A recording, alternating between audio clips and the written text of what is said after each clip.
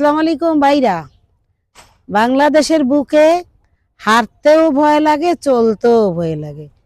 এই আমার ব্যাগটার দিকে তাকাইস। হাঁটতেও ভয় লাগে, চলতেও ভয় লাগে। আপনি কি একবার ভেবে দেখিছেন গর্ভবতী মায়ের দর্শন করে তার বাচ্চাটা পর্যন্ত বের করে ফেলাইছিস? মাডার কত কষ্ট, কত যন্ত্রণা হয়েছে। বাংলাদেশের বুকে যদি এদের বিচার না হয়, বাংলাদেশের মানুষ হবে বিচার কি হবে?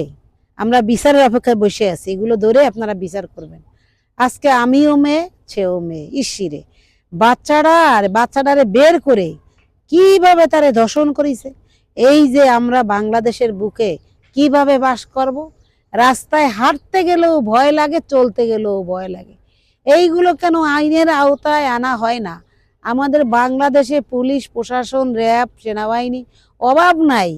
আজকে যদি তারা হাতে নেয় এ দেশ, তারা হাতে না নেওয়া ছাড়া কোনোভাবে দেশ রক্ষা হবে না।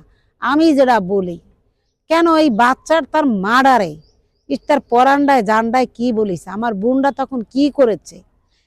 বাটা গর্ভবতী বাচ্চাটা বের করে তারপরে নির্যাতন করেছে, চিন্তা করেছেন? চাপের ঠেলায় কিভাবে বাচ্চাটা বের হয়ে গেছে। এ দুঃখজনক কথা, লজ্জাজনক কথা।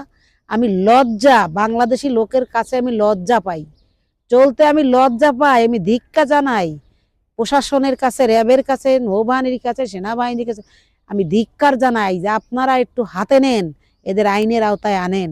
আজকে যদি আইনের আওতায় না আনেন, আপনার বোন, আমার বোন আজকে হতে পারতো, আমার মা হতে পারতো, আমার বোন হতে পারতো। আমি কারে বলতাম, কি করতাম, কার কাছে বিচার চাইতাম?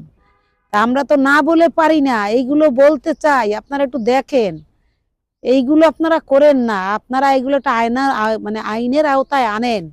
দেশে পশু বেড়ে গেছে, পশু বেড়ে গেছে। কিভাবে মানুষকে হত্যা করে, এ কি হত্যা করে আবার বিড়ে মাইরেও ফেলাইছে। আমি দেখে আমার চোখের পানি ধরে রাখতে পারিনি যে কি জিনিস। আমি চাই এগে একটু আইনের আওতায় এনে, তাহলে বসবে এদের অবস্থাকে, এদের আইনের আওতায় আইনে এদের কত জ্বালা জায়গা মতন কাটা উচিত। আজকে আমি বলে দিলাম, জায়গা মতন, যে তোকে কত রস, একটা বাচ্চা পেটে গর্ভবতী মায়ের আইনে এই অবস্থা করে। ওকে কি নুস, ওরা কি পশু না জানোয়ার, না কি না ডাকাই, তোরা কোনো কিছু না। এই জন্য আমি বাংলাদেশের মানুষকে ধিক্কার জানাই, লজ্জা বোধ করি। বাংলাদেশে বাস করি, বাংলাদেশে আমার জন্ম হয়েছে, আমার লজ্জা লাগে।